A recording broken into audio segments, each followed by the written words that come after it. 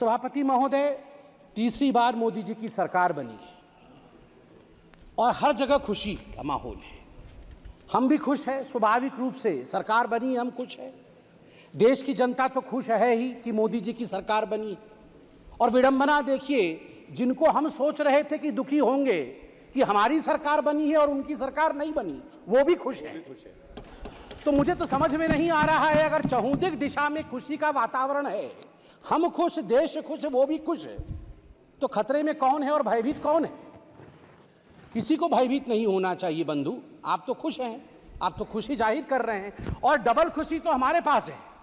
हमारे पास खुशी इस बात की भी है कि हमने सरकार बनाई है, और खुशी इस बात की भी है कि एलओपी राहुल जी बने।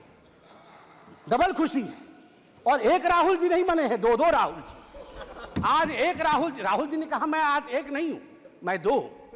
जब एक राहुल से इतना बड़ा एसेट का हमें प्राप्ति हुई थी, आप सोचिए दो राहुल से इस देश को कितना लाभ होगा। और मुझे लगता है हमारे जो विपक्ष के साथी हैं उन्हें भी दो राहुल से बहुत ही लाभ होगा। नहीं, अच्छी बात है। देखिए, राहुल जी एक एसेट हैं, इसमें कोई दो मत नहीं। मुझे लगता है विपक्ष के मेरे साथी भी इससे सहमत होंगे कि Rahul ji is an asset. Now we have double assets. बंधुगण, मुझे कष्ट इस बात का होता है, मित्रों, मुझे कष्ट इस बात की होती है कि ये दुखी इस विषय से नहीं है, ये दुखी इस विषय से नहीं है कि सरकार उनकी नहीं बनी। बिकॉज आज राहुल जी ने कहा है कि मैं खुश हूं, we are happy and we are contented. हमें खुशी है कि हम अपोजिशन में है। वो दुखी इस बात से नहीं है कि सरकार उनकी नहीं बनी, वो दुखी इस बात से है कि ये डूब क्यों नहीं रहे हैं, इनका 400 पार क्यों नहीं हुआ है। मतलब ये खुशी मना रहे हैं इस बात को लेकर कि इनका 400 पार नहीं हुआ है, और इस विषय को लेकर वो दिवाली मना रहे हैं। आप सोच के देखिए, 3 टर्म से समुद्र के गर्त पे पड़े हुए हैं और ऊपर देख रहे हैं कि इनके जहाज में छेद कब होगा, इनके जहाज में छेद कब होगा और ये कब डूबेंगे। ये खुद तैरने की कोशिश नहीं कर रहे हैं। मुझे लगता है कि हमें भी ईश्वर से और आज शिव जी से प्रार्थना करनी चाहिए कि अगर राहुल जी प्रसन्न है, विपक्ष में रह के प्रसन्न हैं, तो उनकी प्रसन्नता अनंत काल तक बरकरार रहे।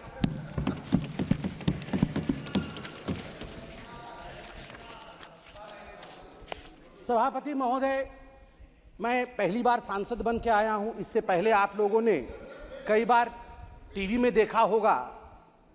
मुझे एक विषय, और यह पक्ष विपक्ष का विषय नहीं है, जब मैं 2010 में बैठता था टीवी पर और डिबेट्स होती थी, तो उस समय जब इलेक्शन डिक्लेयर होते थे तो अमूमन जो विषय उभर के आता था, तुरंत टीवी के एंकर्स के विषय में आज बातचीत हुई तो पहला विषय जो उभरता था कि अरे जातीय समीकरण क्या है, उस फलाने राज्य में चुनाव होने वाला है, वहां का जातीय समीकरण क्या है, वहां का धार्मिक समीकरण क्या है, MY समीकरण बनता है कि नहीं, कितने यादव है, कितने मुसलमान है, कितनी पिछड़ा वर्ग है, कितना अगड़ा वर्ग है।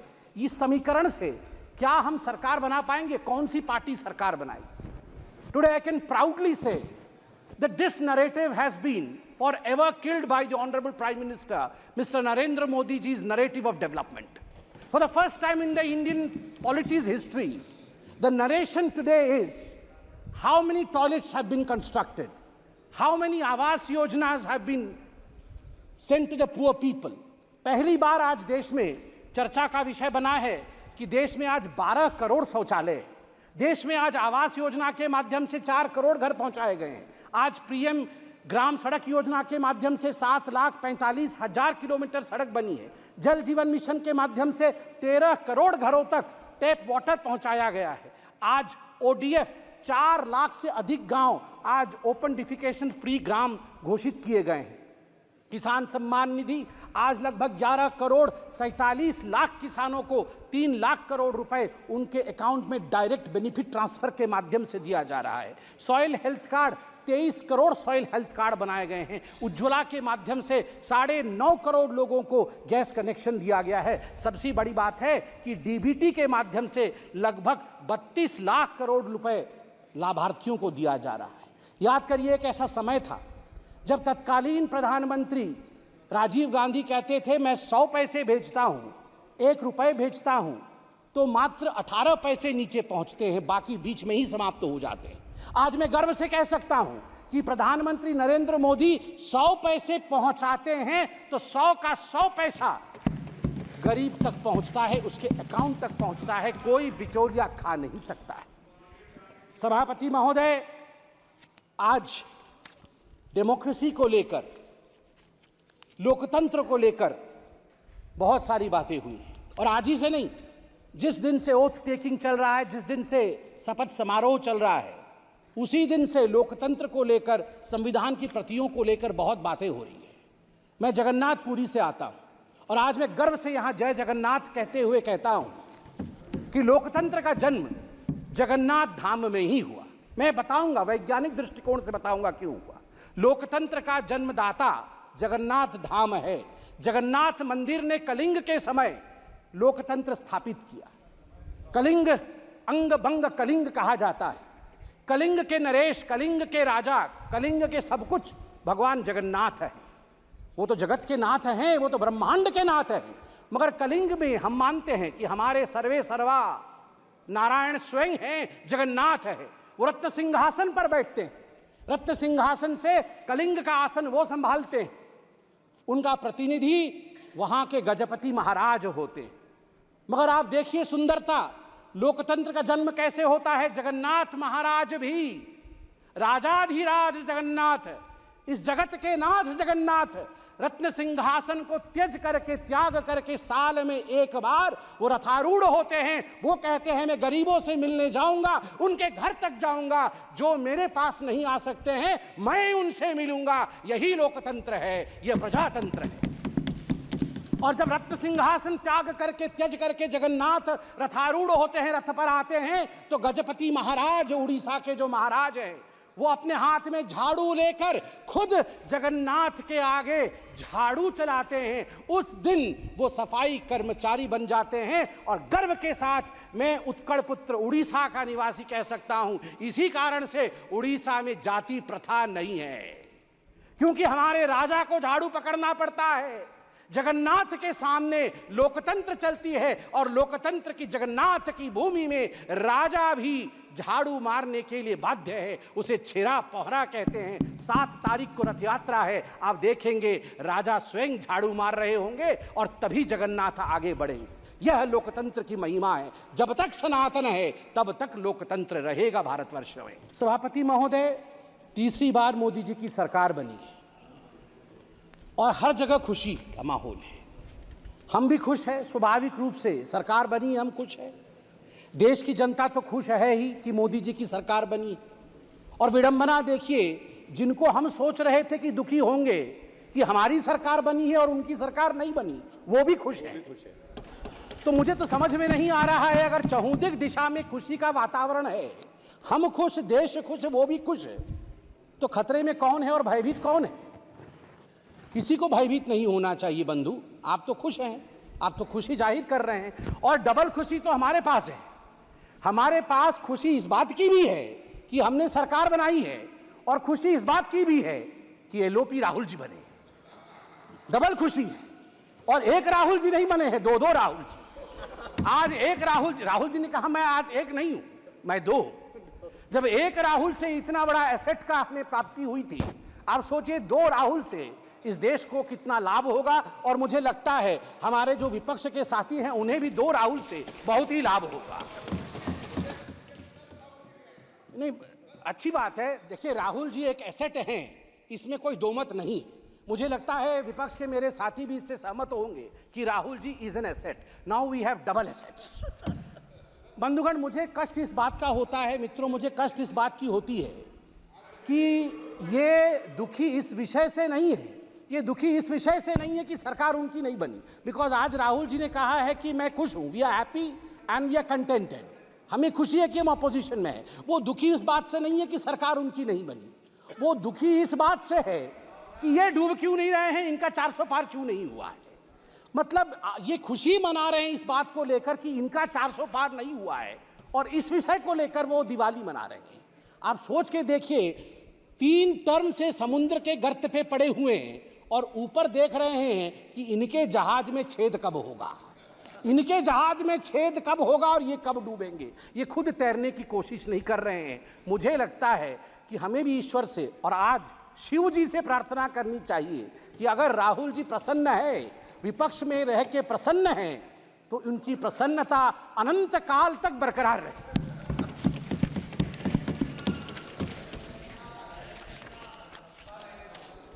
सभापति महोदय, मैं पहली बार सांसद बन के आया हूं। इससे पहले आप लोगों ने कई बार टीवी में देखा होगा। मुझे एक विषय, और यह पक्ष विपक्ष का विषय नहीं है, जब मैं 2010 में बैठता था टीवी पर और डिबेट्स होती थी तो उस समय जब इलेक्शन डिक्लेयर होते थे तो अमूमन जो विषय उभर के आता था, तुरंत टीवी के एंकर्स के विषय में आज बातचीत हुई तो पहला विषय जो उभरता था कि अरे जातीय समीकरण क्या है, उस फलाने राज्य में चुनाव होने वाला है, वहां का जातीय समीकरण क्या है, वहां का धार्मिक समीकरण क्या है, MY समीकरण बनता है कि नहीं, कितने यादव है, कितने मुसलमान है, कितनी पिछड़ा वर्ग है, कितना अगड़ा वर्ग है। इस समीकरण से क्या हम सरकार बना पाएंगे, कौन सी पार्टी सरकार बनाएगी। टुडे आई कैन प्राउडली से that this narrative has been forever killed by the Honorable Prime Minister, Mr. Narendra Modi ji's narrative of development. For the first time in the Indian polity's history, the narration today is how many toilets have been constructed, how many Awas Yojanas have been sent to the poor people. पहली बार आज देश में चर्चा का विषय बना है कि देश में आज 12 करोड़ शौचालय हैं। देश में आज आवास योजना के माध्यम से 4 करोड़ घर पहुंचाए गए हैं। आज पीएम ग्राम सड़क योजना के माध्यम से 7,45,000 किलोमीटर सड़क बनी है। जल जीवन मिशन के माध्यम से 13 करोड़ घरों तक टैप वाटर पहुंचाया गया है। आज ODF 4 लाख से अधिक गांव आज ओपन डिफिकेशन फ्री ग्राम घोषित किए गए हैं। किसान सम्मान निधि आज लगभग 11 करोड़ 47 लाख किसानों को 3 लाख करोड़ रुपए उनके अकाउंट में डायरेक्ट बेनिफिट ट्रांसफर के माध्यम से दिया जा रहा है। Soil health card 23 crore soil health card बनाए गए हैं। उज्ज्वला के माध्यम से 9.5 करोड़ लोगों को गैस कनेक्शन दिया गया है। सबसे बड़ी बात है कि DBT के माध्यम से लगभग 32 लाख करोड़ रुपए लाभार्थियों को दिया जा रहा है। याद करिए, एक ऐसा समय था जब तत्कालीन प्रधानमंत्री राजीव गांधी कहते थे मैं 100 पैसे भेजता हूं, 1 रुपए भेजता हूं, तो मात्र 18 पैसे नीचे पहुंचते हैं, बाकी बीच में ही समाप्त हो जाते हैं। आज मैं गर्व से कह सकता हूं कि प्रधानमंत्री नरेंद्र मोदी 100 पैसे पहुंचाते हैं तो 100 का 100 पैसा गरीब तक पहुंचता है, उसके अकाउंट तक पहुंचता है, कोई बिचौलिया खा नहीं सकता है। सभापति महोदय, आज डेमोक्रेसी को लेकर, लोकतंत्र को लेकर बहुत सारी बातें हुई हैं और आज ही से नहीं, जिस दिन से ओथ टेकिंग चल रहा है, जिस दिन से शपथ समारोह चल रहा है, उसी दिन से लोकतंत्र को लेकर, संविधान की प्रतियों को लेकर बहुत बातें हो रही है। मैं जगन्नाथपुरी से आता हूं और आज मैं गर्व से यहां जय जगन्नाथ कहते हुए कहता हूं कि लोकतंत्र का जन्म जगन्नाथ धाम में ही हुआ। मैं बताऊंगा, वैज्ञानिक दृष्टिकोण से बताऊंगा क्यों हुआ। लोकतंत्र का जन्मदाता जगन्नाथ धाम है। जगन्नाथ मंदिर ने कलिंग के समय लोकतंत्र स्थापित किया। कलिंग अंग बंग कलिंग कहा जाता है। कलिंग के नरेश, कलिंग के राजा, कलिंग के सब कुछ भगवान जगन्नाथ है। वो तो जगत के नाथ हैं, वो तो ब्रह्मांड के नाथ हैं, मगर कलिंग में हम मानते हैं कि हमारे सर्वे सर्वा नारायण स्वयं हैं, जगन्नाथ है। वो रत्न सिंहासन पर बैठते हैं। रत्न सिंहासन से कलिंग का आसन वो संभालते हैं। उनका प्रतिनिधि वहां के गजपति महाराज होते हैं। मगर आप देखिए सुंदरता, लोकतंत्र का जन्म कैसे होता है। जगन्नाथ महाराज भी राजाधिराज जगन्नाथ, इस जगत के नाथ जगन्नाथ रत्न सिंहासन को त्याग करके साल में एक बार वो रथारूढ़ होते हैं। वो कहते हैं मैं गरीबों से मिलने जाऊंगा, उनके घर तक जाऊंगा, जो मेरे पास नहीं आ सकते हैं मैं उनसे मिलूंगा। यही लोकतंत्र है, यह प्रजातंत्र है।